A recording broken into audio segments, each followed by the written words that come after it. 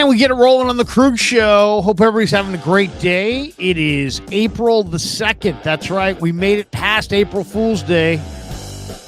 9:08 on the West Coast. 8 minutes after noon on the East Coast. But none of that matters because we're both hanging west. Guy Haberman in the house.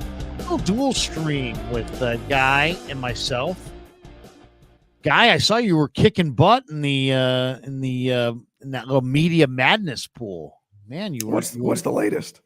Well, I don't know about the latest. I mean, the latest, it was the Final Four. I think I was getting destroyed by Croc, and I think our buddy Brad. It's funny. There's a lot of people that don't know Brad, and then there's other people that it's like Brad is a force of nature. Brad Graham, and Brad Graham was taking down. Last I checked, was taking down the great Matt Mayoko. And to a lot of people, that's Mayoko totally beat me. Mayoko beat you. Beat me. Yeah, well, I know I was up against Mayoko. I assumed I was going to get my ass kicked. Yeah. Well, it's funny. I was up against the guy who actually is the head of that website. Okay, that's bad news for you. Yeah. What's his name? Rob Stats Guerrera. And then somehow I encouraged my audience to rise up, I said, and take down Stats. And they did me a solid. Then I had Barrows in the next round, and I'm like, I'm losing to Barrows. I'll lose to Barrows. Everybody loves Barrows. Barrows is Barrows, and everybody loves him. But somehow I got by Barrows, but then I got in this round with Croc.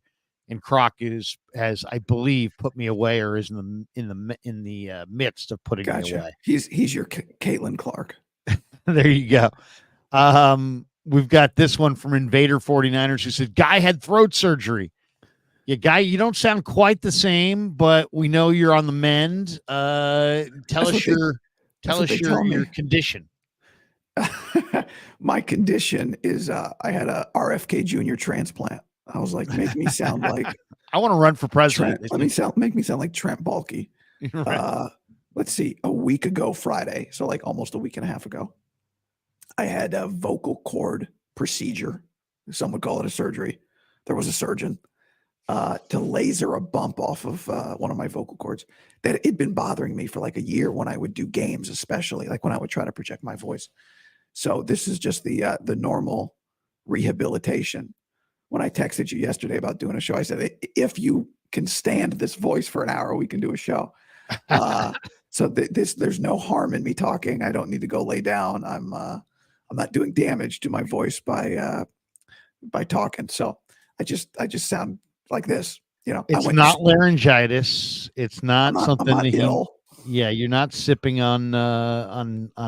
Or are you sipping on tea? I mean, what is the rehab method? Or is it just, hey, you know what? Just hang out. It'll come back. Yeah, just do your thing. Don't push it. But I'm not screaming and yelling. I went to Springsteen on Sunday. I didn't scream and yell. And I've got a vocal coach that I'm going to start seeing. She's going to make sure they think it happened because my vocal cords hit in the wrong place because of the way I talk. So, I've been doing some vocal exercise. I did some warm-ups today. I warmed up to get to this today, Larry. Really? How was the warm-up? Sprints? Any heavy lifting? Yep. A lot of push-ups. Well, we'll take you in any form, dude, because of course your content is phenomenal and we always love rapping with you. We'll get into a bunch of Niner stuff today. And it's here we are. It's the 2nd of April. We're inside the draft window. The draft is literally 3 weeks away. And the 49ers, for the first time in a couple of years, have a number 1 pick because they did not trade this one for Trey Lance. So surprise, surprise, the Niners are due to pick at 31. And the big story surrounding the 49ers is a story that people, I don't know about you, but I'm tired of. I'm sure most people are tired of. And that is the future of Brandon Aiyuk and what's going to happen to Aiyuk. It's funny. You get into the season, well, there's a million stories, right? You go to down to Santa Clara, you talk to player A, you ask him 5 or 6 questions. There might be a story or 2 out of that. I go down there, do the same damn thing. There may be a story or 2 out of that. Then there's the the stories that we see on the practice field. And it's like, you look up and you're like, hey, there's like 15, 20 stories. In the off season, it's usually not the way it goes. Last year at this time, there were a lot of people going, Krug, will you stop saying that Trey Lance is going to be traded? He is our guy long term. He is not going to be traded. Shut up about you and your trades. And sure enough, he was traded. Unfortunately, it didn't happen until August. So that was still 4 more months of this. But this offseason, the kind of the story that won't die is this Brandon Aiyuk. Will he, won't he? Do they want him? Do they not? Are they going to trade him? Are they going to trade Deebo? They're working out guys that are supposed to go in the middle of the first round, but they don't have a middle of the first round pick. So that makes you think that maybe he will get dealt. Then you have people saying, you know what? They're really Mike Garafolo from the NFL Network. They're very far apart in their 2 offers. And then the next day you've got Lynch. Hey, we really want this guy and this and that. Before we get into some Aiyuk stuff, where do you actually think this is? I mean, it's very difficult to separate the reports from fact. Do you think he's a Niner, always going to be a Niner, and Shanahan and Lynch are absolutely in love and they'll do whatever it takes? Do you think they've got a price and a cutoff point where they're like, if this gets beyond this, we're trading this guy? Or do you think that the master plan is to trade this guy? I mean, if you told me the master plan was to trade Aiyuk for a mid-first round pick, take a tackle, and then take a receiver at 31 in this draft, I could make an argument for some damn good receivers at 31. What do you think the master plan is with Aiyuk, if you had to guess? Well, I think the master plan is for him to be Brock Purdy's catching partner for the next 7 years. I mean, I think that is their ideal situation, because I think when you look at his age, you look at all their expensive players, which if he stays, he'll become one. He is the one that fits on Brock's timeline the best, right? He fits better than Kittle and McCaffrey and Deebo. It's not even close. He's on the same timeline as Juwan Jennings from like a when he was drafted standpoint. He's young. When you pay Brandon Aiyuk, you're paying for his prime, Larry. You're not paying for past performance. And I think one of the worst, not one of the worst things, but like I think in some way they fear the unlikely, which would be somebody offering them a pick that they couldn't refuse, right? Somebody doing something illogical, like offering a mid-first round pick for Brandon Aiyuk, which doesn't make sense to do that. You can get the 3rd, 4th best receiver with a mid-round pick in the first round this year. So somebody shouldn't do that. Like it doesn't pencil. But if somebody did that, I mean, for what's best for the organization, I think they'd feel like, God, this is such great value, even though they know you're not getting Brandon Aiyuk's equivalent right now, maybe in 3 years, maybe in 2 years, but in all likelihood, not right now. Right. But I think the most likely outcome is he's playing, and I've said this for a while, Larry, that he's playing this year on the 5th-year option. And I think the conversation we're having about him now is like a more real conversation next year as it relates to Deebo. So you think Deebo may get moved next year is what you're thinking? Because, I mean, if you ask me, and I've been talking about this the last couple weeks or last couple days, I think Aiyuk's coming back. I think they are going to draft a receiver somewhere in their first 2 or 3 picks. I would not be surprised if the Niners drafted a receiver either in the 1st or 2nd round. I could see it. And then maybe a year from now, trading Deebo Samuel, if that receiver comes of age a little bit, for maybe something that's not kind of paltry in return, maybe like a 4th round pick, maybe a 5th round pick or something like that next year to some team that's not one of your arch rivals in either conference. That's kind of what I see as far as wide receiver. I can't imagine. I love Xavier Legette from South Carolina. I see a lot of A.J. Brown in him. I was watching Path to the Draft last night, and sure enough, they made that comparison. And it's an easy comparison to make, right? They both played in the SEC. They're both big and strong and fast and physical. I can see that. I could see Malachi Corley being compared to a Deebo Samuel out of Western Kentucky.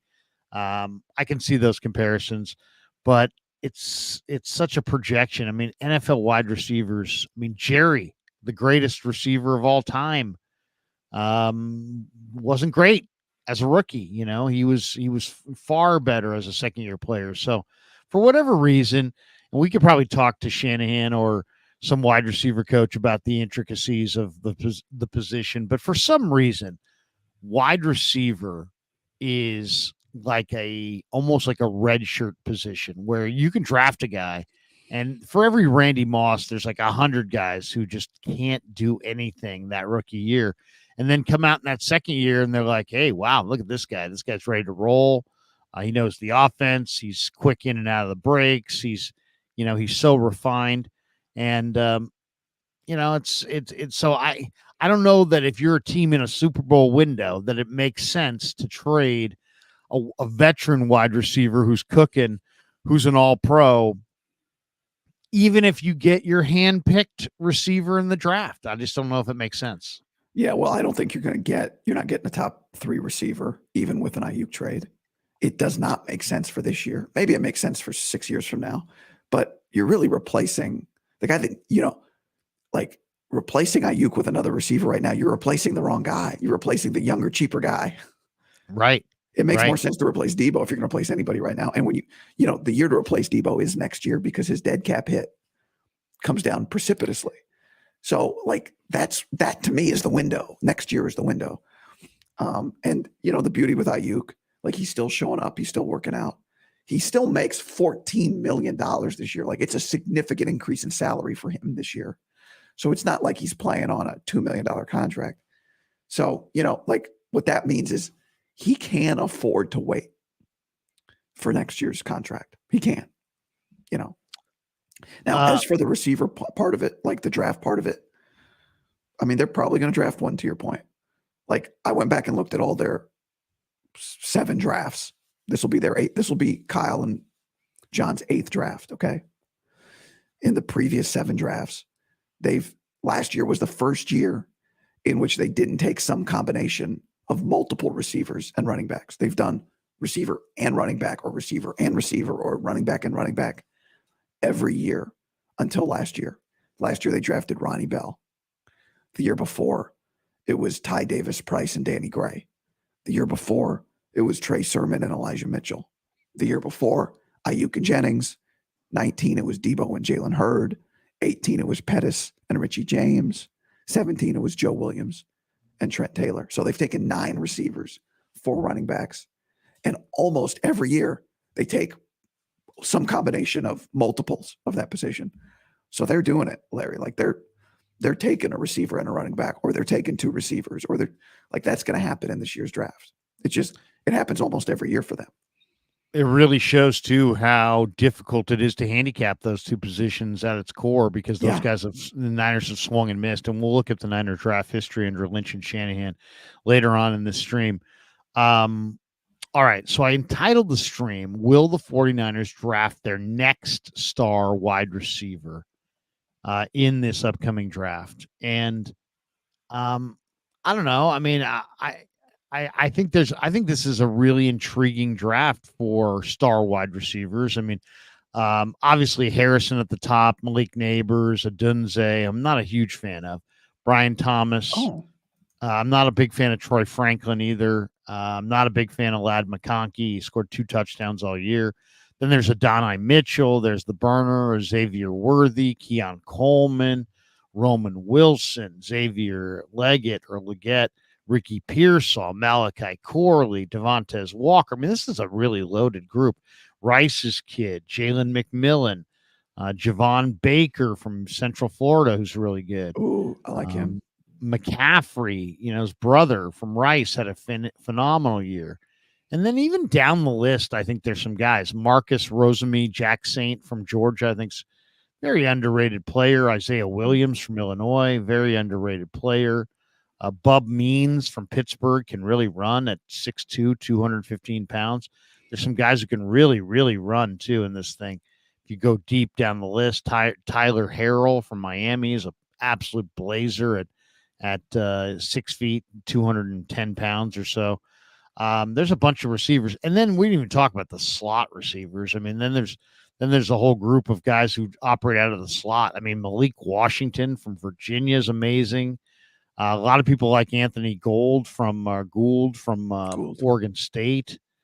And Aeneas Smith from A&M is a good player. I've watched him for years. Jaquan Burton from Florida Atlantic. What do you think, Guy? Is there a receiver that you think fits the Niners specifically, or is there a receiver that you like that you'd love to see them grab in this draft? Well, I mean, I wish his name was something else because it feels too easy, but I do like Brendan Rice a lot. I like Jacob Cowing. I don't know if did you mention Jacob Cowing at Arizona? No, from Arizona, yeah. You know, another good receiver. I like Javon Baker from UCF, who you mentioned. Like, they had a really explosive passing game with a kind of inaccurate quarterback, and they went through some quarterback issues at UCF this year. Their guy John Rice Plumlee got hurt, then came back, and they had a really good offense. Like, they had two really good receivers. They had a good run game. It all fit together. He catches a lot. I haven't looked at like his catch percentages or anything, but from what I remember, he catches a lot of stuff just like in his vicinity. I think he's a pass catcher. So, I mean, those are a few names, but like, to me, that list can keep going. And it's just listening to you talk. Like, I think they're drafting multiple receivers in this draft, even though it feels kind of crazy to say, because you look, you go, well, they got Jennings. I don't, I'm kind of past the Danny Gray, Ronnie Bell's going to have to earn it back, right? Kind of situation. So, like, to me, it feels like a draft where you can draft multiple receivers and guys who will, like, maybe one of them starts returning for you right away. The other, you know what I mean? Like, I think you can get some snaps, because when you look around the team, it's just where do you find snaps for somebody? Just go through the positions, right? Like, where are snaps available? Snaps are available at corner right now, right? There's snaps available at corner. Maybe linebacker. There's kind of always snaps available if you can earn them on the defensive line for this team.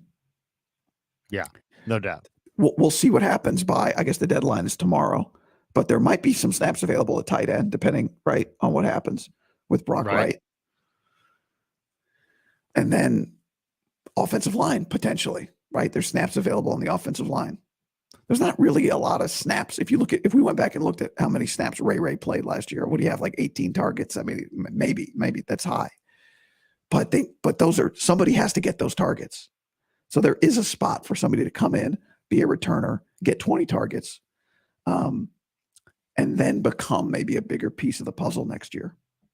So you can kind of soft red shirt if you're a receiver on the Niners. So are you saying that any receiver the Niners draft has to have return ability, you think? No. I mean, like, this Brendan Rice, he's not a returner, right? He returned a little bit. Definitely Colorado, he did. Yeah. He doesn't look like but I think the return is different all of a sudden. Like, one of my early theories on the return, Larry, is do running backs make more sense as returners now? Well, they're usually more durable, they run lower to the ground. Like, now it's like a short area, find one hole and hit it. Right. Like, I just wonder if I don't know, the XFL kick returns I've watched they lacked creativity. Like, so my theory being, you need a running back who plays behind a shitty offensive line. Like, that's what your returner needs to be now. Because you got, like, linebackers out there trying to block in small areas. Like, it's a weird deal all of a sudden. And I wonder if running backs will thrive in the new NFL kickoff. So, but to answer your question, no, I don't. I mean, if you had to, you could put, I know people won't like it, you could put Christian back there. But you could put Ronnie Bell back there. Like, whatever. I'm not overly concerned about it, especially if you take two guys. Take your best pure receiver first, and then take a guy that's a little more of a Swiss Army knife second. Let's hone in on Brendan Rice for just a second. What do you think of him as far as, I mean, do you think the Niners would be a good spot for him? I mean, there's obviously the comparison to Jerry, but to me, it's like Jerry is so his he's so in his own category that I don't really think anybody would draw any comparisons and say, well, is he as good as his dad? I mean, obviously, he's not his dad. His dad, it's like comparing Pete Rose to Pete Rose Jr. or something. It's like, come on. I mean, there's only one Jerry. Yeah. But I like this kid, and there's several things about his game that I really, really like. One, he scored a touchdown on every 5.2 catches, and that's a great, and if you watch him, like he's not the explosive athlete that Jerry was, but he's not a bad athlete, and he's got good height, he's got good size, and then when you watch him, Brendan Rice, you see a guy who it's like you can see that football is important to him. You know what I mean? It's like Yeah. the guy runs the routes and he does a lot of the things. His concentration, I felt, seemed like better than the typical college receiver. His all of his technique as far as just, his hand placement when he would turn around, his breaks, in and out of the breaks. So he just seemed like a more refined receiver than your typical receiver. I mean, he college receiver. He just looked so much more refined. And obviously his father is the legendary Jerry Rice, who was awesome at Mississippi Valley State and great with the Niners and the greatest wide receiver of all time. But what do you think? What do you think? Is it better for Brendan Rice to be a Niner or to not be a Niner? I don't think it matters because I think he can handle it. Like I've watched him a lot in his career going back to Colorado. He is not fazed by being Jerry's son. And at first you thought, well, maybe he's at Colorado. Then he goes to SC where the light is brighter. It didn't change him at all. So I don't think it matters one bit to him if he's a Steeler or a Niner. I mean, maybe it matters to him, but I don't think it's going to affect him in any way. I think there's a lesson in the Danny Gray draft pick for the 49ers. And I think Brendan Rice is a great example of the opposite. I think one of the lessons for the Niners, and this applied to Trey as well, but more so from a receiver standpoint, Danny Gray. If you're a one-trick pony, if we're bringing you in to say, okay, you do one specific thing, you're fast. And Deebo and Aiyuk and Jennings, they're not fast like you. So we're going to put you in specific spots where it's a chance for the fast guy. It's going to be really hard to get on the field because in order to really earn playing time and earn a snap, you have to be consistent. You have to be even across the board. You have to be a good route runner, a good pass catcher. You've got to be able to do everything because these other guys, Aiyuk and Deebo, they do a little everything, especially Brandon, right? And so when you try to fit a piece in who just does one thing to a lineup of guys who can do multiple things, it's really awkward. It's difficult to find a spot for that player where you put them on the field 3 times a game, but then somebody else is open because they ran a good route, And I think what Brendan Rice is the kind of guy who you can give him, I think, 7 to 15 snaps a game early. And you're not looking for him to do just one thing. Like that's why Danny Gray can't get on the field because you can't give him 15 snaps because he's only doing one thing, right? Like to me, Brendan Rice is a little like what we saw from Chris Conley late in the year, right? What was Chris Conley? He was on the field and ready for whatever the moment required of him. And when the moment required him to run a route that he'd never run with Brock and catch the ball, he did it. And I think that's Brendan because Brendan Rice can run every route. And because he's so mature as a football player that I can put him out there for 10 to 15 snaps and he will run the right route 10 to 15 times. And twice the ball might come his way. So when you have specialty receivers, like Danny Gray needs to be on a team or needed to be on a team where he's like, they're bad. And he's like their number 2 guy. And he just gets to run and run and run and run and run. And 4 times a game they hit him. And it's like, well, it doesn't matter that his routes weren't crisp or he dropped 2 balls. On the Niners, you have to run crisp routes and you can't drop the ball because you may not get another shot. Right.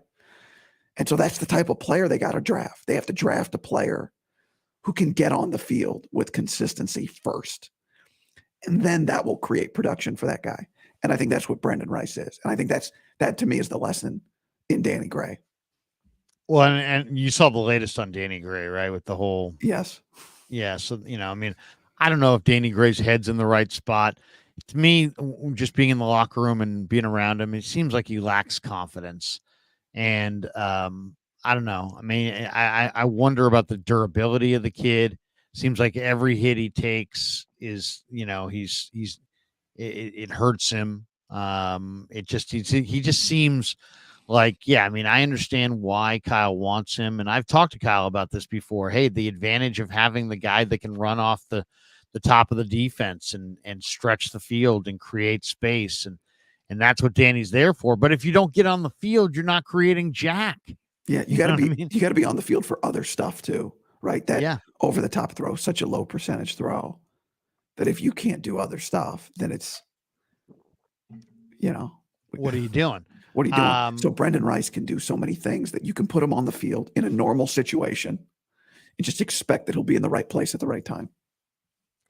Two other receivers I want to talk about. One is this kid out of Virginia, Malik Washington, and Dumpster Fire Dan is in here twice. He says, "Give me Malik Washington for value." And then he came back with, "I love Malik Washington. I'd take him in the third or fourth round over most of these guys." Dumpster Fire Dan and I are in lockstep on this one. We're both big fans of Malik Washington. I love this kid. He's a grad student. He's only a 5'8", 194-pound receiver. Started at Northwestern, transferred to UVA, grad student. He's originally from Lawrenceville, Georgia. And he was one of the 10 semifinalists for the Blitnikoff Award. This guy just, all he does is go out there and catch and catch and catch. He's also first team academic All-American. So he's a smart guy. He was voted a team captain. So he's somewhat of a leader. This guy was great in high school. He was great at Northwestern. He's great at Virginia. He was a 3-time scholar athlete in high school. So I mean, he's that kind of a guy. He lettered 4 times in track.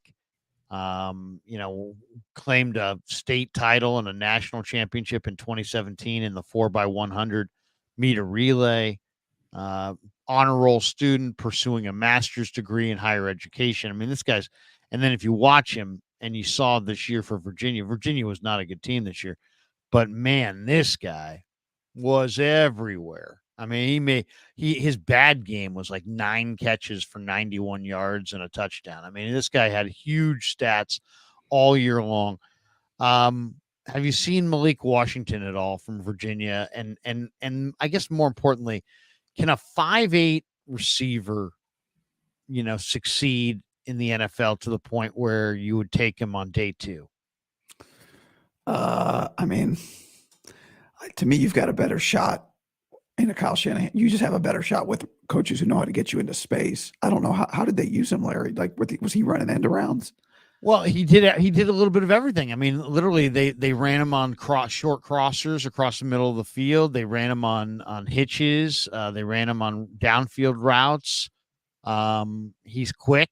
He's a little bit more powerful than you think.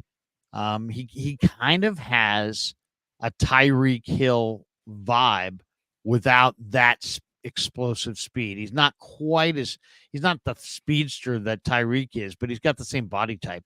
He's thick, he's powerful, he's explosive in short areas. I mean, I'm just interested in good player. You think he's a second or third round pick at 5'8"? I think he's a late third, probably early fourth round pick. I mean, I would like to return. He can return. Yeah, he can do some returning.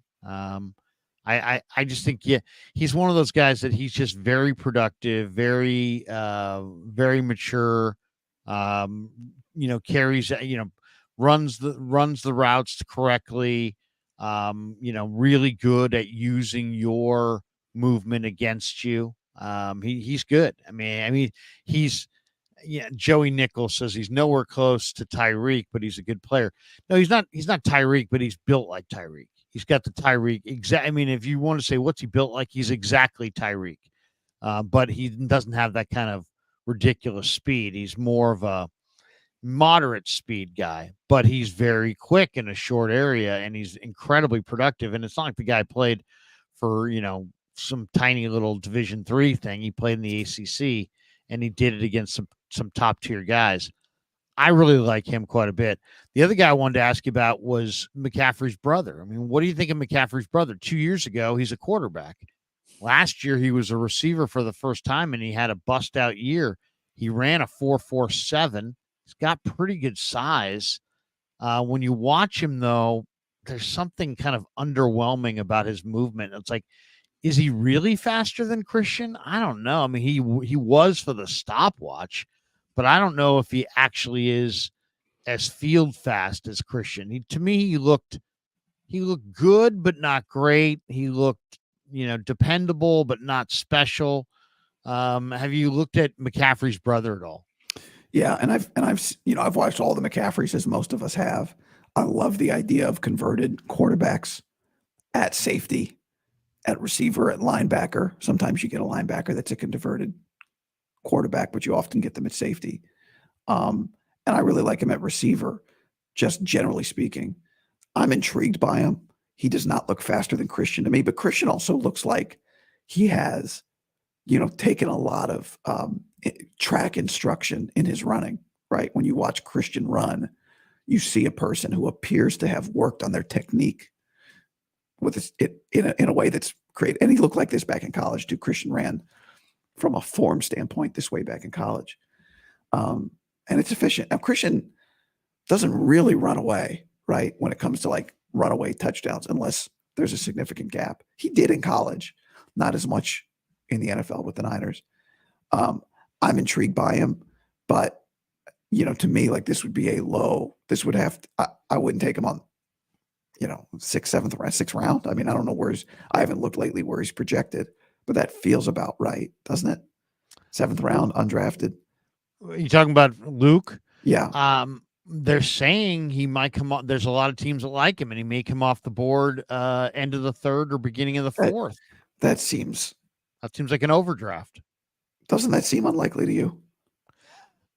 When I first saw him, I thought, you know what, this guy's like a 6th round pick. And I usually go with my first instincts. And now I've watched him a little bit, and I think, yeah, maybe a late 5th. But I've heard talk that he's very popular among NFL personnel people, and that he may come off the board earlier. To me, I would say the 5th round is the sweet spot there. The other question, the guy I think which by the way, Larry, if they draft him in the 5th round, that might make him the 2nd receiver they take. So if that's the case, that's fine to me. Yeah. And then there's the question of how many receivers can you possibly have on your roster? You have Deebo and Aiyuk and JJ.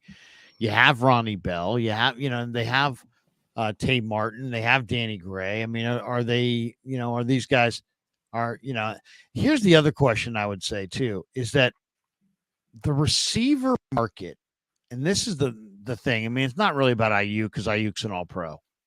The best guys get paid. I mean, Calvin Ridley, whatever, $92 million and, $50 million guaranteed. It's like there's money out there for great receivers.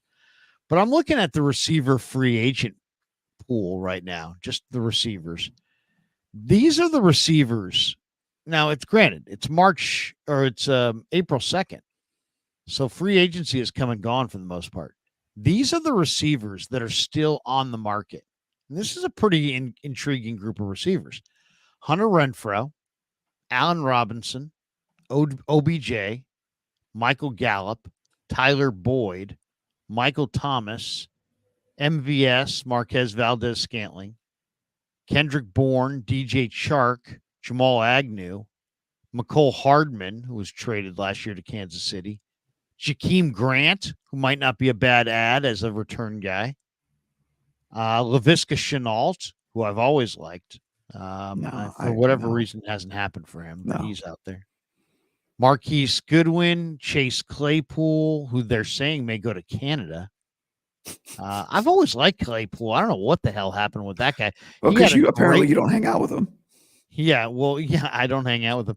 But he had a nice rookie year, and then he just kind of evaporated. And then a couple other guys. I mean, Trent Taylor, Laquan Treadwell, those guys are just kind of guys. Trey Nixon's not bad, who was with New England. He's 26. But I mean, that's a decent group of wide receivers that you could just sign off the street today if you didn't want to draft one. But I think they want to draft one. They do it every year. Yeah. They do it every year. I mean, they've drafted 9 receivers in 7 drafts. So they want to draft a receiver, Larry. They like doing it. Now they might do it in the 7th round, right? They did. Ronnie Bell was in the 7th. Juwan Jennings was in the 7th. They actually have a pretty good eye for 7th round receivers.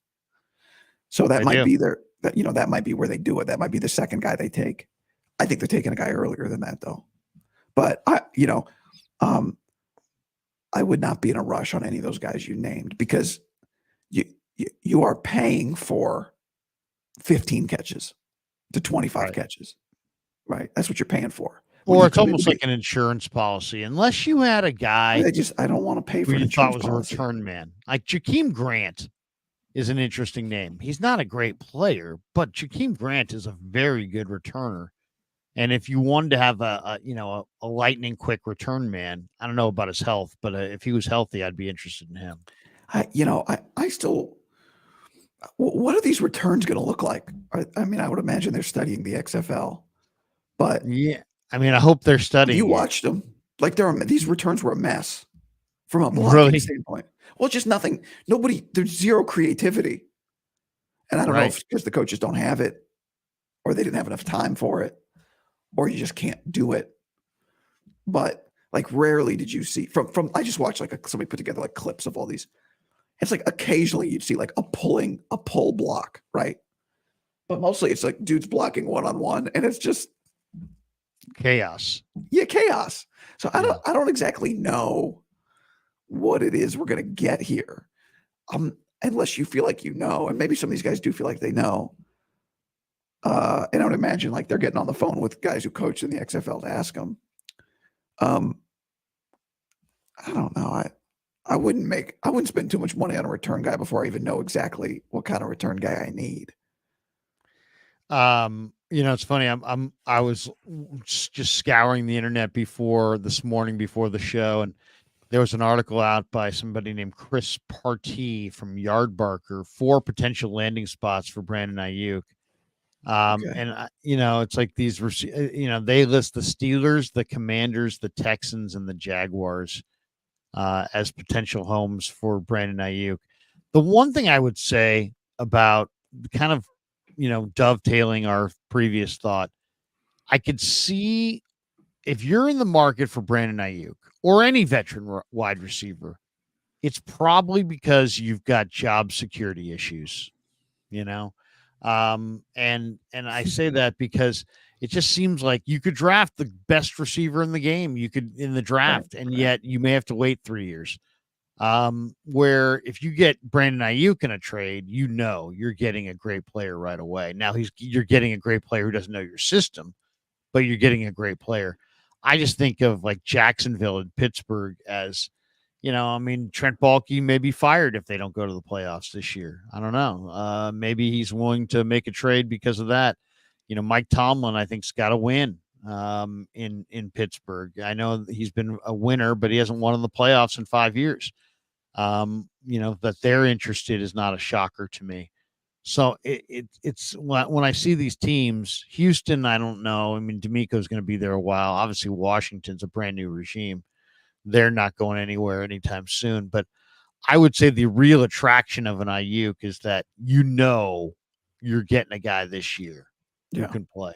Yeah, I heard. I don't know if you heard Doug Peterson at the league meetings, the owners meeting, whatever, the league meetings the other day. I heard an interview that he did where he's like, the next step for Trevor Lawrence is just like in the big moments to make the right plays. It's like, God, that's kind of a guy. If that's the question you have about him, that's kind of a major question to have about this guy. They've invested in receiver for him. I agree with you. I mean, like the team that always, quote unquote, made the most sense, even though it makes no sense, was the Jets. Like, would they do something desperate at 10, right? Now, the idea that someone's going to offer you the 10th pick for Brandon Aiyuk feels pretty insane. But that's the point. It's like the Niners would have to get their socks blown off, And somebody would have to be a little irrational to offer them a pick that feels that special, right?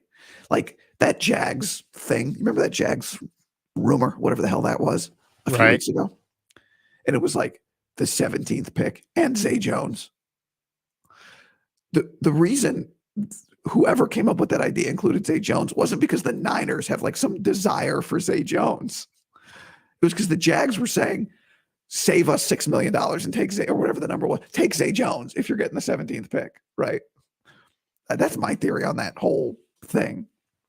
Zay Jones wasn't included because like random. It seemed really random. It was random. But like my point is just that 17 and Zay Jones, like you don't, if you offer 17 for Brandon Aiyuk, tell me if you agree with this.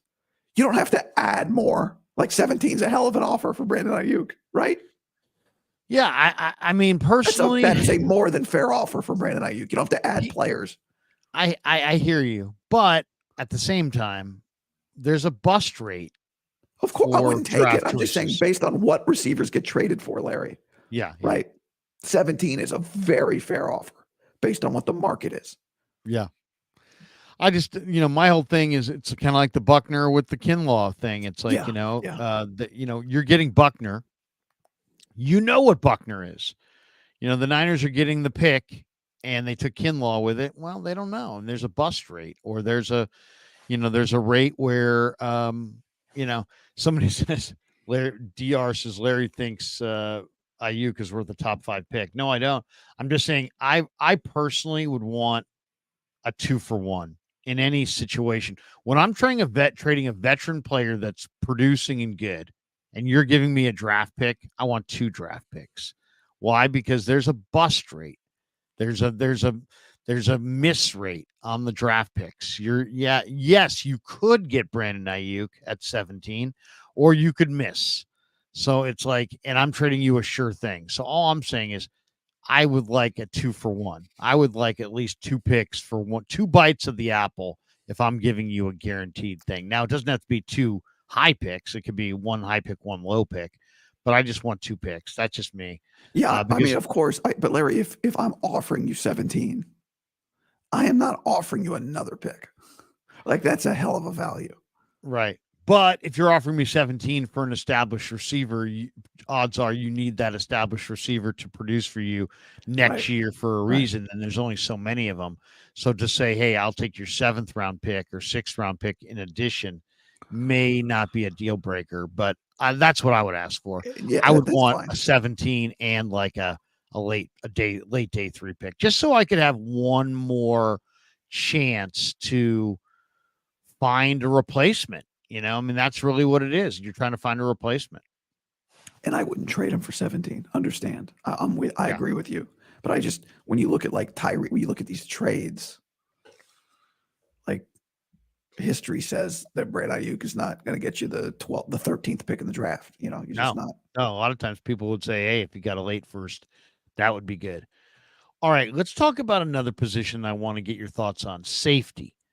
Where are you with the 49ers at safety? I mean, they've got Talanoa Hufanga and they've got Jair Brown, but Hufanga's coming off, an injury, and he was injured a ton in college. And Jair Brown is a second-year player. They're probably both better at strong safety than free safety, but where are you with their safeties? I mean, they've been talking to Julian Blackmon.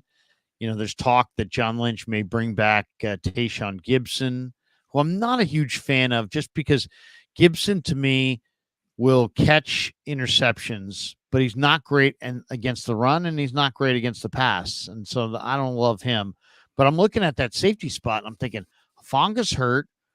We don't know about Brown exactly. And then it's a very physical position. The rest of your guys, George Odom's a special teamer. The other 2 guys are more just kind of stopgap replacement level players, practice squad guys. What do you think? Do the Niners need to sign a safety before camp starts? And do you have any thoughts on potentially what could be out there for them? I mean, I do like Julian Blackmon going back to college, right? He is like he's one of these prototypical Utah defensive backs. But I don't think like you're not drafting that spot with any expectation that you're going to get help right away, right? This year.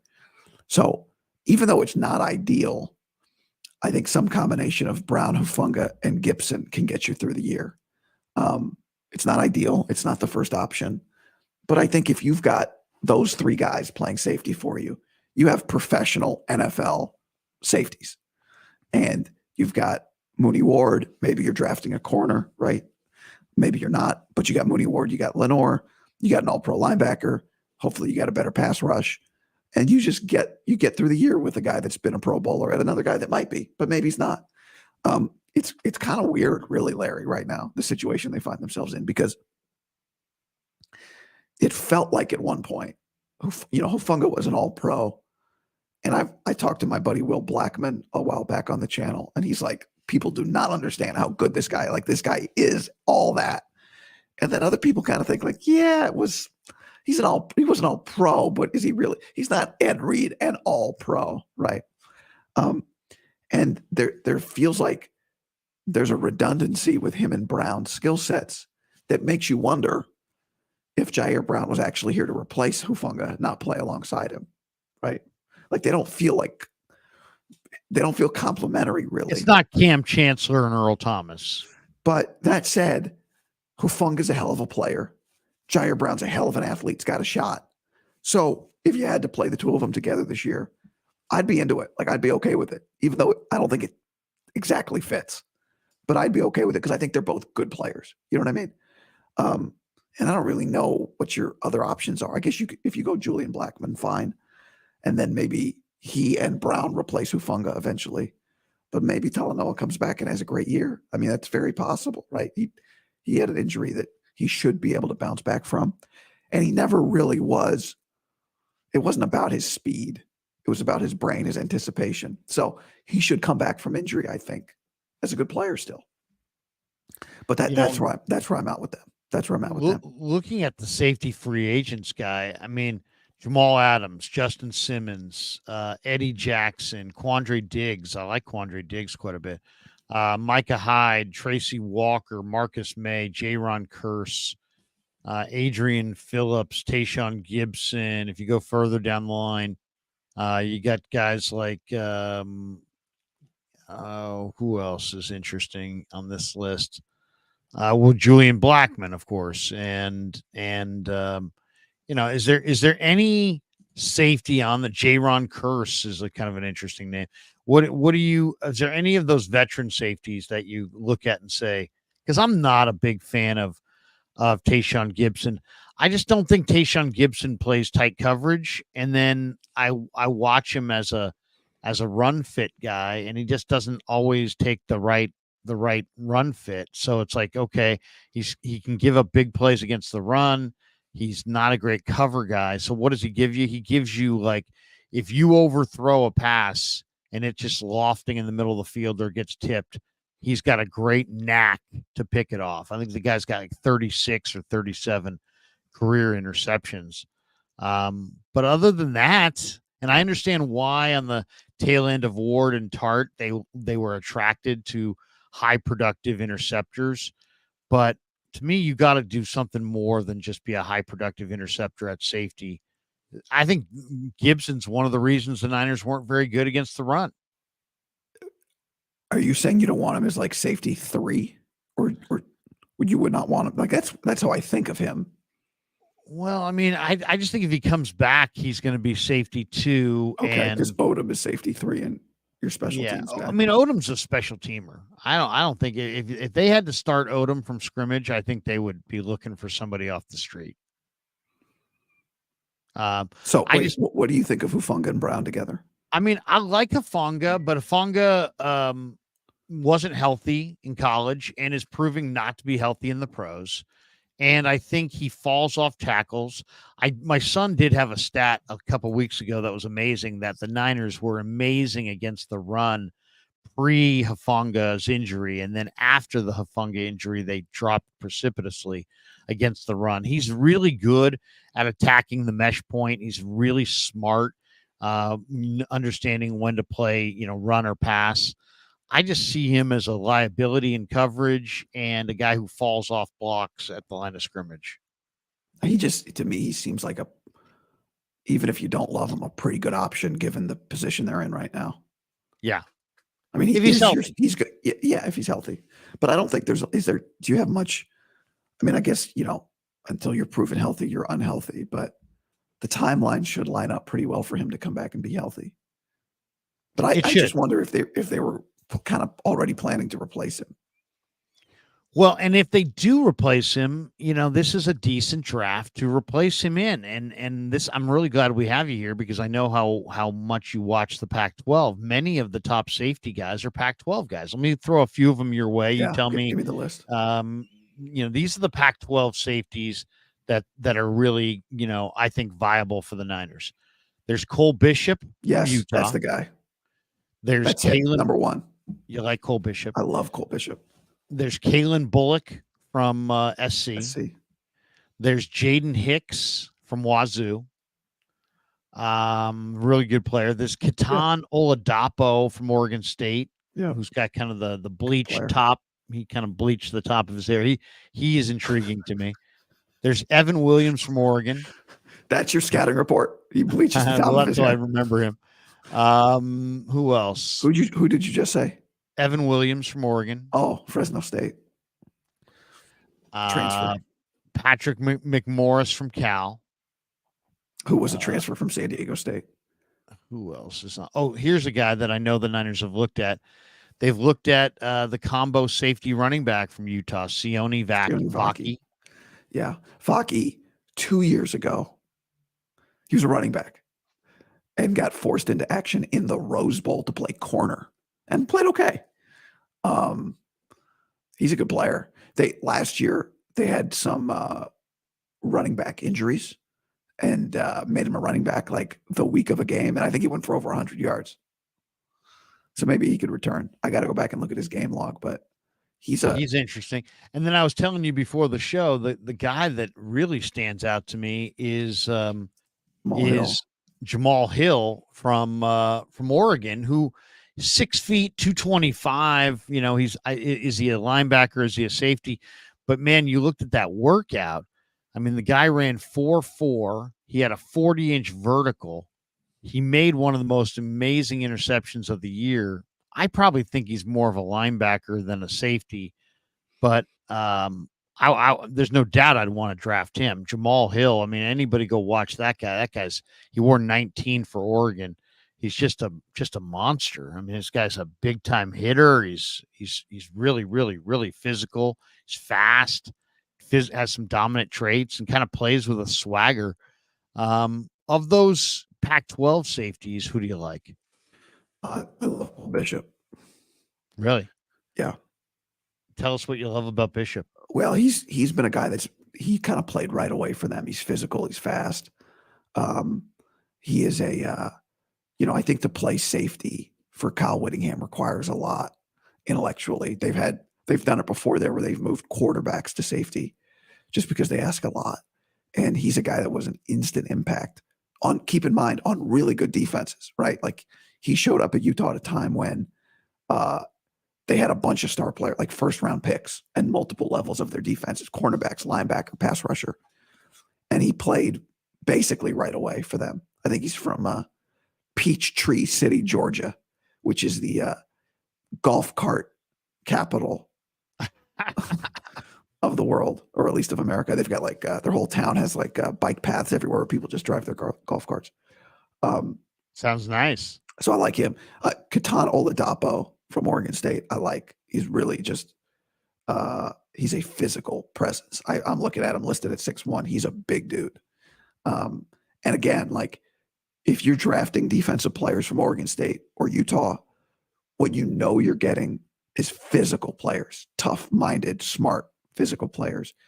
So he fits in that category. Really, all of those guys you listed, Larry, were for the most part were pretty productive. I thought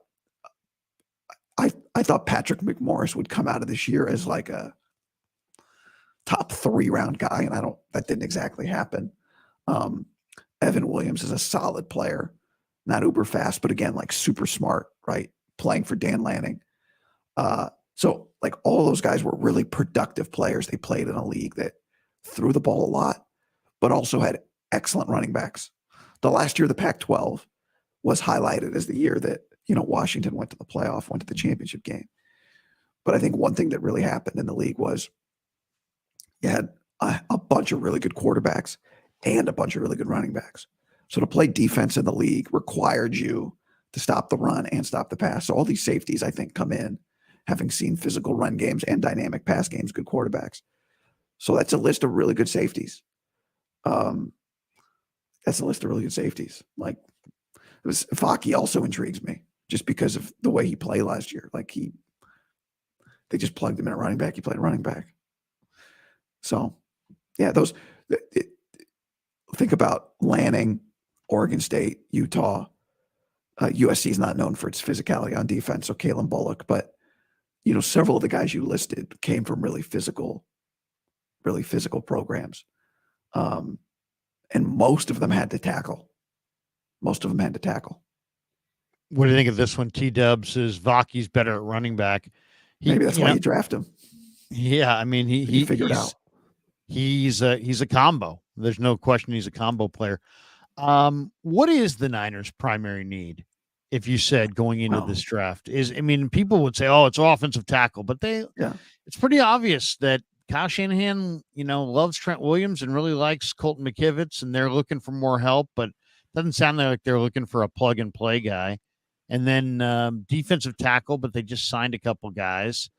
Corner, but they're 6-7 deep there, and really, I don't know how it's kind of debatable how premier or at least how primary, I should say, that position is.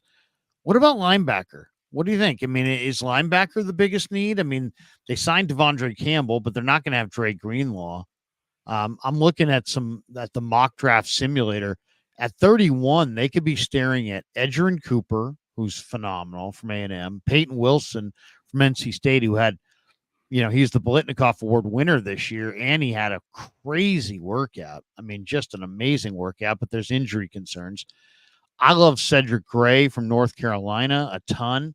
To me, he's a lock to be really good. Jeremiah Trotter from Clemson, very, very productive player.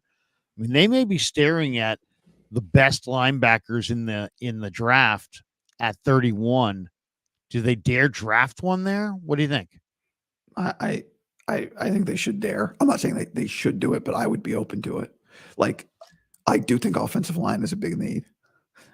I do think you can get a good offensive lineman at 31, but if you don't think he can plug and play this year, then it may not be worth doing.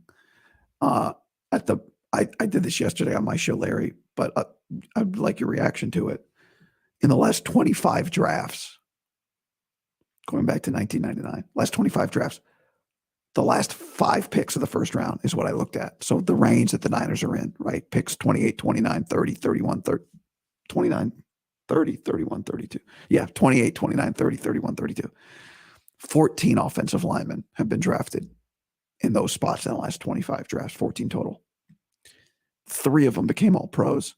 Half of them became good players for their team. So it's 50-50 that you're getting a good offensive lineman in the last 25 years in that spot. Not great. Not great if you're looking for a plug-and-play guy.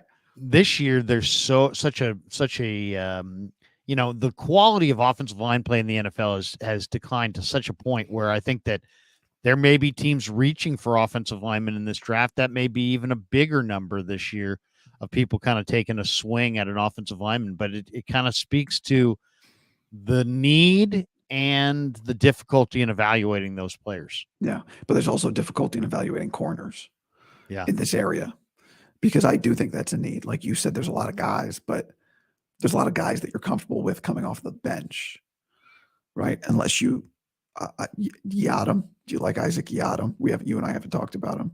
I do actually like him. I liked him before he went to the Saints, and then this year he had a really good year with the Saints.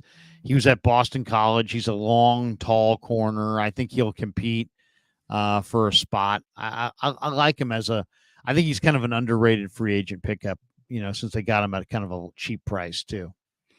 I saw somebody in the chat said Demerson, Texas Tech, Deidreon Taylor Demerson. Who I watched, I watched his film, and all I would say was hyperactive tackler. I mean, that guy's just everywhere. He plays super fast. He's not the biggest.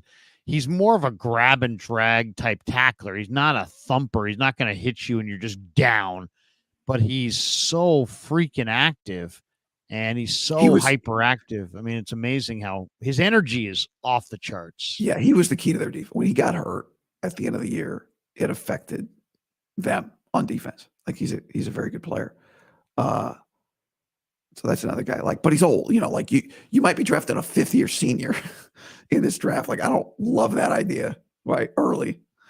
But anyway, I say all that to say, corner is like I'd be open to a corner. If you said to me, the 49ers are, if you said Larry Krueger is reporting, the 49ers have decided they're going to go BPA at the end of the first round, best player available. What positions should be in their box where they would go BPA, right? Offensive line, linebacker, safety. I would put linebacker in the category of like who should be in their BPA box there. You know what I'm saying? Like I'm in this mode now where forget BPA. I would want to target. I like the way that Brad Holmes and the Lions are doing it. I get the feeling when I'm watching their war room that they have a small board and that they're targeting certain players that they really, really love. And then they're going after those players. Brian Branch, Jahmyr Gibbs, the tight end from Iowa. All these guys feel like, we don't just want a tight end and we'll take the best guy on the board and fill a need. We want that guy. And if we don't get that guy, then we don't even want this position. Maybe we'll go in a different direction. So it's like BPA, but it's your BPA, right? Your board's BPA. I like that. Like I'll give you an example. At corner, I love Max Melton from Rutgers, right? He's smart, he's tough, he's physical. He ran in the 4.3s. If you watch him against the run, he'll step up and start you. I mean, he's a big hitting corner who runs 4.3, who's smart. Comes from a football family. His brother plays for the Pack. I mean, to me, Max Melton is a really, really good draft choice. Well, he's projected to go in like the 50s or 60s or maybe in the 40s, and the Niners pick at 31. Well, if you love him, take him. That would be, that's a guy like if that, I don't want any corner. It's not like I just need to have a top corner. I want I'd handpick like a half dozen guys that I absolutely love. Cooper DeJean is from Iowa. Is he a corner? Is he a safety? He's a returner. He's a football player. A lot of people really, really like him and think he's a real talent. Couple thoughts here before we finish up. We now have a pretty good track record of the Shanahan-Lynch combo drafting. Mm-hmm. It started in 2017 with that disastrous draft of Solomon Thomas over Mahomes and Watson, and then Reuben Foster at the end of round 1, followed by Ahkello Witherspoon, C.J. Beathard, Joe Williams. It wasn't even the best Williams running back in that draft from the state of Utah. They took Joe Williams. I saw it come across the board at the time. Who's the best state of Utah Williams running back? Well, it was Jamal Williams. Oh. And I saw it come across the board, and I'm like, Jay Williams. Oh, the Niners got Jamal Williams from BYU. I really like that kid. I'd interviewed him before the draft. I'm like, hey, Jamal Williams, that's not bad. And then all of a sudden I'm here. Oh, no, it's Joe Williams. I'm like, what? But they got Kittle in that draft, and they did get DJ Jones, and that's kind of saved that whole draft. But that was a bad draft. Okay, so then that's 2017. 2018, they reach for McGlinchey at 9 overall. He's a right tackle. And then they go Dante Pettis in round 2, bust. But they did find Fred Warner in the 3rd round. By the way, draft McGlinchey ahead of Colton Miller. What's that? Colton Miller goes after McGlinchey. I think has to be mentioned. Yeah. Bad draft, though. Another bad draft. Tarvarius Moore, Kentavious Street, DJ Reed got out of there. Marcel Harris, Julian Taylor, Richie James. I mean, what did you get? You got Fred Warner. Good player, but that's basically your entire draft. That was 2018. Right. 2019 was their best draft, right? They had Bosa and Deebo, 1-2. Then they missed on Jalen Hurd in the third round, but they got Wishnowsky. They got Greenlaw in the fifth round. So that wasn't bad. That's a pretty good draft. Bosa, Deebo, Greenlaw, Wishnowsky. You got 4 starters, some Pro Bowl caliber players. Then 2020, they make the Buckner trade. They draft Kinlaw. That wasn't a good pick, but they did get Aiyuk at 25. They took Colton McKivitz, Charlie Warner, and they got Jawan Jennings in the 7th round. So even though they only had 5 picks and they missed on the first, it wasn't horrible. Then Charlie Warner played 65 games. I mean, he played every game basically for 4 years for a 6th-round pick. That's pretty good. That's not bad. Then the 2021 draft is also kind of a circus because they traded up for Trey Lance. Trey Lance became a bust. They did get Aaron Banks out of it. They did get Ambry Thomas out of it. They did get Demo Lenore and Afonga and Elijah Mitchell all on day 3 with Jalen Moore. So that's actually even though Lance was a whiff and Trey Sermon was a 3rd-round whiff, they did okay in the rest of that draft. I mean, that's a pretty good rest of the draft. They just whiffed on Lance. And then there's 2022. They have Drake Jackson, to this point a bust. TDP, no longer with them. Danny Gray, this point a bust. Spencer Burford, I don't know what you'd say about him. Womack, I like. They got Nick Sakel. But then, of course, what saves this draft is they got Brock Purdy in the 7th round. So bad draft, but Purdy in the 7th is pretty good. Yeah.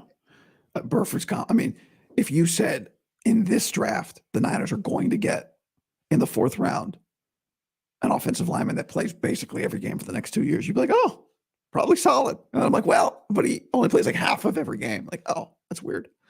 And then this last year, just what I would say about Spencer Burford is like really has served a purpose, but also should not be just anchored at that position. You should be trying to upgrade him as well, or he upgrades himself. But not bad. He's had a little bit of an inconsistent, football card. I mean, he was good as a rookie. He wasn't as good as a 2nd-year player. We'll see what he is as a 3rd-year player. Yeah, TBD. And then this last year, Jair Brown in the 3rd round. They didn't pick till the 3rd round, but they got Jair Brown. They got Jake Moody, Cam Latu, Darrell Luter, Robert Beal, D. Winters, Braden Willis, Ronnie Bell, Jalen Graham. There's some players in there. I like Jalen Graham. I like Luter. Moody's your kicker. Jair Brown is a pretty damn good safety. Whether what position he settles in on, strong or free, we'll see. But I mean, decent draft. But overall, what would you think so, Larry? I think the 23 draft, it could go either way right now. But if we did kind of trend arrows on every one of the players in that draft, like it's not like 2 are trending up. Moody and Brown. Jair. Latu's not. Luter, everyone talks about it, but we'll see. Beal. Again, it's early. Like these are 5th. Half of this draft is day 3. More than half of this draft is day 3, right? 1, 2, 3, 4, 5, 6, 7. 7 of the 10 guys. 70% of this draft is Saturday. So it's unfair to them. Like Ronnie Bell, it's been a really good 7th-round pick so far for what a 7th-round pick is. If a 7th-round pick might be one of your top 4 or 5 receivers, that's fine. But they may overall get right now. It's trending towards 2 starters out of that draft. Which okay. Should the Niner fans have confidence in Lynch and their drafting? I mean, we don't know how much of that was Adam Peters, how much of that was Lynch, how much of that was Shanahan, how much of that was Rand Carthon, how much of that was, Tariq Ahmad or any of their scouts or whatever. We don't know. We don't know who's banging the table for who. Was it coaches involved? Steve Wilkes, when you watch the video of this last draft seemed to be really hyped for some of their picks. Like he maybe had a big say in some of the selections. I don't know though that for sure. But I mean, how do you feel about the Niners' ability to draft? Because I mean, if you just take their first two picks, let's say, in every draft, Solomon Thomas, Reuben Foster, Mike McGlinchey, Dante Pettis, Nick Bosa, Deebo Samuel, Javon Kinlaw, Brandon Aiyuk, Trey Lance, Aaron Banks, Drake Jackson, Ty Davis Price, Jair Brown, Jake Moody. Do you see what I'm saying there? It's like you got Brown and you got Banks and you got Aiyuk, you got Bosa and Deebo, and that's it. You got five. It's 1, 2, 3, 4, 5, 6, 7 drafts, and in the first two picks, you've got 5 good players, and you had 14 picks in those 7 drafts in the first two. I don't know. It seems like if they're going to be competitive with these Lions and Packers and all the best teams in the NFC and the teams that are getting better, their hit rate has got to be dialed up a little bit better than what it's been. Well, is that being too critical, or do you think that's no? fair? I don't think that's critical. I do have confidence in them, but I don't think that's too critical. I also think if we look at like some of those names you just mentioned that didn't work, right? Drake Jackson, Trey Lance, Javon Kinlaw.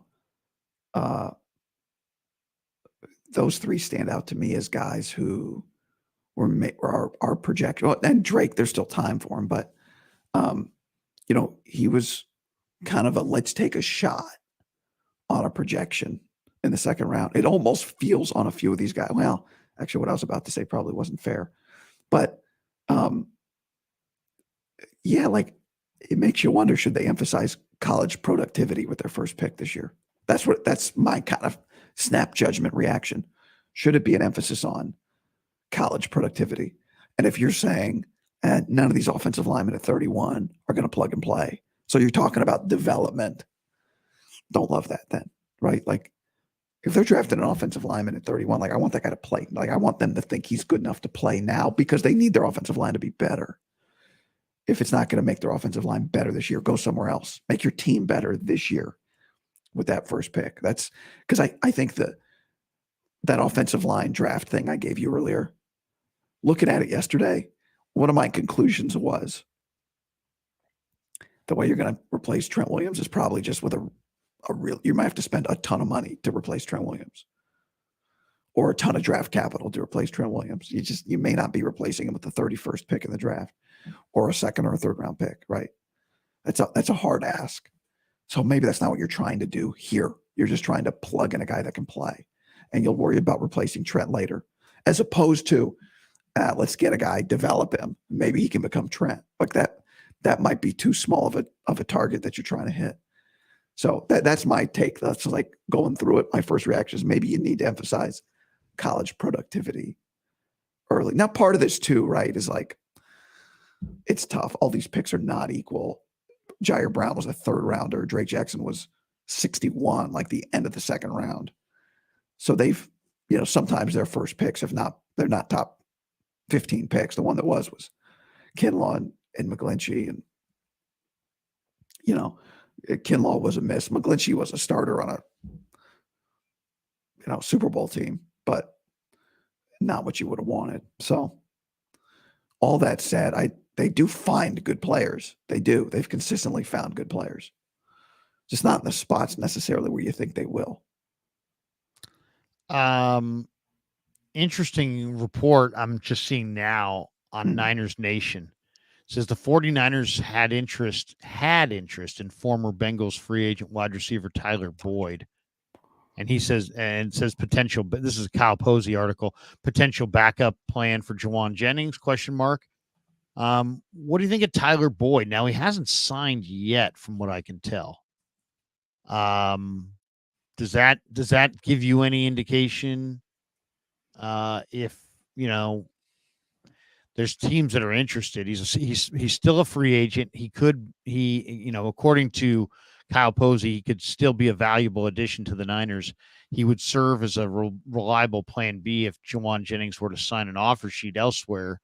While it's uncertain if the two could coexist in this offense, as both players excel in the slot, Boyd's potential signing offers a reassuring backup plan for the team. We kind of hit on this before, that the crop of free agent wide receivers that's still available here in early April is kind of an impressive group. What do you think? Tyler Boyd, in a lot of ways, always kind of hung in the background behind Jamar Chase and T. Higgins, but man, when the game started, he was always really, really valuable. You know what I mean? Yeah. It's like nobody talks Tyler Boyd until all of a sudden it's game day, and it's like, you got to cover this guy. I would be all about that if they could get a Tyler Boyd to now. I don't know that he complements the rest of the receiving core, but it does make you think if they went for a Tyler Boyd, or I guess I'll ask you, what do you think when you hear the Niners have or had interest in Tyler Boyd? Does that make you think that there's going to be a receiver trade, that they're preparing for, some kind of Juwan Jennings departure? Or is that just, hey, you know what, damn good receiver out there who with good ball skills, get him and stack him and give yourself more options going into the draft? I don't know. It feels like due diligence, meaning in case Juwan is gone, in case somebody offers us something for Aiyuk, let's get an idea of what's out there and what it would cost. But to me, I wouldn't sign a contingency plan and then get stuck with that contingency plan when you don't need it. Financially doesn't make a ton of sense to me. You know what I mean? Like if you were preparing for what if Juwan leaves, well, then there's enough receivers out there that you can just wait till Juwan's gone, right? He's not leaving. So it feels like due diligence to me. I mean, this is a team that also likes to add players during the year. So you get a chance to meet with a guy. Maybe he comes up, somebody gets hurt. What's our list look like in October? I do think teams do that, right? So it feels like due diligence. I don't quite see where he fits in. And to me, like he would be he had 91 targets last year. That's a lot. He had 67 catches. Why would he come to the 49ers? Like, doesn't make any sense for him. Like you're going to go from 91 like targets the only to like way 20. The only way he's a Niner, right, is if they're moving off of one of their top three guys. Yeah. Right. I mean, they're not. They wouldn't. Could you see a scenario where they signed him and didn't move off of their top three guys? I don't think so. Why would he do that? Unless he felt like the Niners were some uniquely positioned team to win the Super Bowl. Brandon Allen's like, bro, you got to come. Yeah, I mean, sure. Oh, yeah, maybe. Maybe the Brandon Allen factor. I guess, but I don't. It seems like a weird thing. It does. It seems like he'd be worth more money to somebody else, is the point. Totally. Last one. Colin Cowherd. Do you watch a lot of Cowherd? Yeah. You probably know him, huh? You probably are friends with him. I've met him over the years. Yeah. So Cowherd did this whole soliloquy the other day, and sometimes I'm like, man, this guy's great, and then other times I'm like, this guy sucks. As far as or he'll get like super into his point. The point that he was making the other day, I don't know if you saw this, but his point is that once the Niners sign Brock Purdy to that big money extension, he's making $1 million or $2 million now, I guess, with the adjustment in the cap. That little stipend he got the other day doubled his salary stipend, 700 something grand. But he basically, his point is that once the Niners sign him, that the Niners will become the Cowboys, that they won't be able to compete, that they'll have so much money tied up, like the Cowboys have tied up in Dak. They'll have all this money tied up in a quarterback that's good, but can't really get him over the top. They'll have to, you know what I mean? They'll have to they'll be a competitor, but they'll be like on the outside. They'll be a team that makes the playoffs, but they'll be a team that's not really a Super Bowl title contender. What do you think? What do you think? Is he onto something there, or is he missing something or am I missing something? Well, Go ahead. Yeah, I mean, first of all, as always, creative take. Like just from the aspect, if we're grading the take, good take. Right. He's got the Niners, he's got Brock, he's got the Cowboys. That is a money take right there. And I understand the logic. I do think there's logic to it. But what I would say to Colin is, I don't think the primary flaw for the Cowboys has been that their quarterback's not good enough. I think the primary flaw for the Cowboys has been that their coach is not good enough. Like, to me, Dak with Kyle Shanahan's a much better player, like, or at least performs better. There's no question that Dak is overpaid, but I don't think his coach is getting the most out of him. And for a good period of time, when you watch the Cowboys, like, they have had skilled player talent and good defenses. I think their flaw has been their head coach. So I'm also not convinced yet. We'll see. But the Niners are going to have some leverage. And the 49ers might treat negotiations with Brock more smartly than the Cowboys did with Dak. I think the Cowboys were enamored with the idea of having another one of America's star quarterbacks in Dak. And he's a lovable guy. But I'm not convinced that when Brock signs his contract, it'll be the biggest contract for 10 minutes in the NFL for a quarterback. We'll see. Think it's going to be like a step or two beneath that? We'll see. Here's the beauty. We get to play this year out and see what Brock does. We have this year. And the Niners will have the leverage on the following year on a player who's made so little money relative to what they could offer him in like the middle of tier 1 QB money. So I think the primary difference, to summarize my counterpoint, the primary difference is the coach. And I think Kyle's a better coach than Mike McCarthy. I think by a wide margin. I also think that, go ahead. No, that's it. So anyway, the point is, like, I think he is getting at a very interesting question that's got debated last year and will be debated again this year and will be debated again for years and years, unless the 49ers win a Super Bowl soon, which is Brock really the kind of guy that deserves the top of the quarterback market money? Is he really a guy that elevates the players around him, or is he just running an offense more efficiently than most people can, but lacks the ceiling to carry a team? We'll see. I don't know the answer to that yet.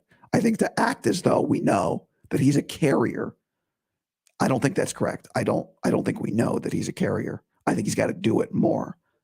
And I think he's got to do it with a lot on the line. I don't think he has to do it with less, but he has to do it more times for me to believe that, like, okay, you pay him whatever the top of the market is, and he'll take your $7 million receiver, and he's gonna get that guy 70 balls. We'll see. The jury. I am pro Brock. I am pro Brock. The hazards of doing a show like this. I am pro Brock. I like him. Even when you remove the money. But the jury, it's not over and done yet. Like Dak, we've known what he is, right? With Brock, we're not exactly sure yet exactly where that ceiling is. So, that's what this year's going to be about. But it's possible. I don't think it's I don't think what he says is crazy. You pay the wrong quarterback, you can't win a championship. I mean, that's true. But the 49ers have a better coach than Dallas. And I think the 49ers also have a better organization. I think Dallas is, run a lot by Jerry and his kid.